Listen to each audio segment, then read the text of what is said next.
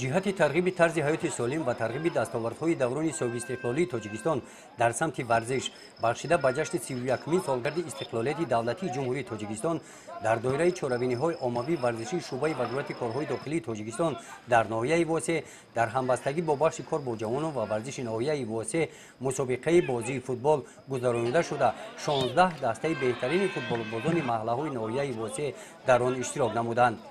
این چاره‌بینی مدت 10 روز ادامه یافته صدها مخلصان بازی فوتبال را به این میدان ورزشی جلب نمود. در اساس دستور سپورت‌های محترم وزیر کارهای داخلی جمهوری تاجیکستان جناب پاک‌آموز رحیم‌زاده رمضان همراه امروز در ناحیه واسه فوتبال خود بین جوانان نوارستان گذرانده شد که در این فوتبال 18 کماندا اشتراک نمود. کماندا معلوم شد که جوانان امروزه ملت ما برای ورزش چقدر مغرب زیادی دارند. آنها همیشه ورزش می پرورند. از طرف شعبه وزارت کارهای داخلی به همه کماندهایی که امروز نشان دادند نمایان رسیدن با آنها تحفه‌های خاطره‌ای داده شد.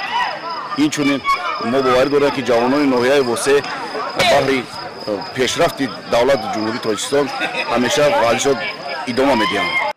قسم فینالی مسابقه بین دسته‌های محله به نام جامی و محله به نام سینا در سطح خیلی بلند با اشتراک زیاده از 1000 نفر مخلصان برگزار گردیده.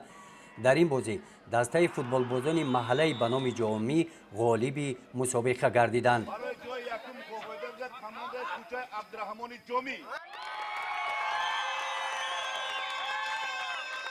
در قسمت جنبستی مسابقه از نام وزیر کارهای داخلی تاجیکستان غالبان با تحفه‌های خاطره‌ای قدر کرده شدند.